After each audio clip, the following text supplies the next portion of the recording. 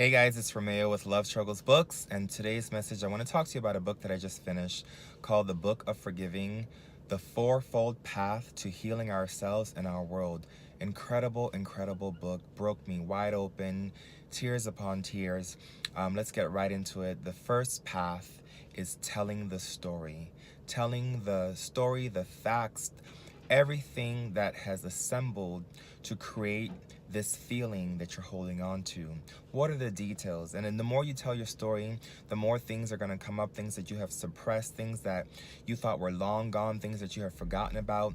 Tell the story so much until you are sick of the story.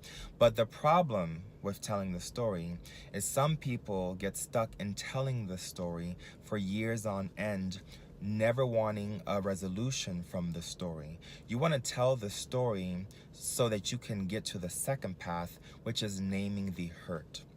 You want to name the hurt, name the feeling, the distortion, the distortive thought that you've held on to from this story. Maybe you feel not good enough. Maybe you feel worthless. Maybe you feel you deserve to be abandoned. Maybe you feel, I don't know, unworthy.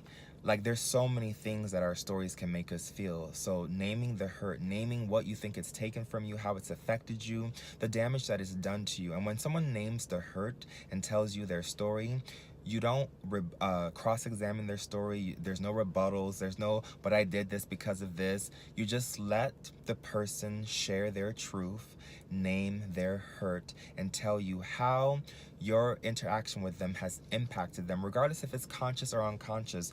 You want to heal and you want to be healed. Forgiveness is a two-way street. Both people are being healed in the process. So the first path, tell the story. Second path, name the hurt. And the third path, which I had all wrong, was grant forgiveness. Now, I used to grant forgiveness based on if you felt remorse, or I felt like it was a truly heartfelt apology, or if I really believed that you weren't going to do it again. I didn't understand that forgiveness really needs to be given, period. It's almost like mercy. You give it to the person even if they're undeserving of it, because actually forgiveness is a gift that gifts itself back to you. It's a gift to yourself, meaning that you get to be free. Regardless of what this person did or didn't do, consciously or unconsciously, you are choosing to forgive them because you want your peace of mind. You want your life back. You don't want to be enslaved to this story. You don't want to be traumatized and hardened by this hurt. You want to grant forgiveness because at the end of the day, we have a shared humanity. Put yourself in that person's shoes. If you thought like them, were raised like them, came from their background, could you possibly have done what they did to offend you? Maybe. We like to say that we wouldn't, but the truth is we really don't know. So you might have. So can you grant that person forgiveness? Because maybe one day you're going to do something consciously or unconsciously that hurts another person, and wouldn't you want to be forgiven? Yes, you would. I know I would too. There's so many things that I need to be forgiven for, and this book has really, really broken me open, and I'm really looking at the man in the mirror, being accountable. And the beautiful part about forgiveness is it's the highest form of accountability. You're literally owning your stuff and saying that there's hope that I can transcend and transform from this past. I will no longer be enslaved by it. I'm willing to make conscious, active choices forward. Tell the story, 1. Name the hurt, 2, grant forgiveness, 3. Now this fourth path, which is a kicker, now this path, really you can use a little bit of conditioning here. Fourth path, release or renew the relationship.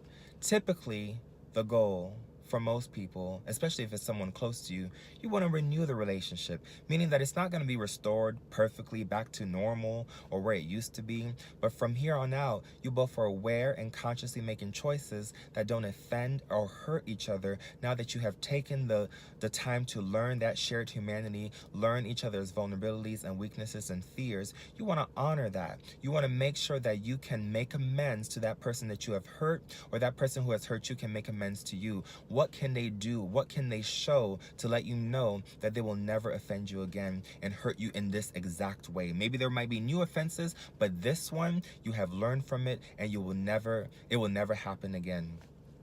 releasing or renewing the relationship. Typically, people release the relationship if you feel that person is untrustworthy, has not learned, there's no heartfelt remorse. Don't say sorry if you don't mean it, people. That's an offense, and you're really just going to re-traumatize people again. If you really, really mean it, and you really, really want to salvage this relationship, and you really care about this person, you will do whatever it takes. That's honestly the restoration and the renewal of a relationship. If you can't learn from your actions and be accountable, then obviously the relationship needs to be released, because why get re-offended or hurt again by the same person? Forgiving the same thing over and over. I used to say I didn't want to do that, but now I know I need to forgive the same things over and over. But I don't have to renew my relationship with you. I can choose to release it. But ultimately, we want to renew because, I mean, we are all flawed. We're all going to hurt someone. We're all capable of damage. And we all want that chance to grow and to be held accountable and to transcend from these experiences and to learn and just love. Keep our hearts open. Keep our hearts expansive. Be loving, be gentle, be kind to yourself, guys. This is Romeo Balian with Love Struggles Books. Find me on YouTube.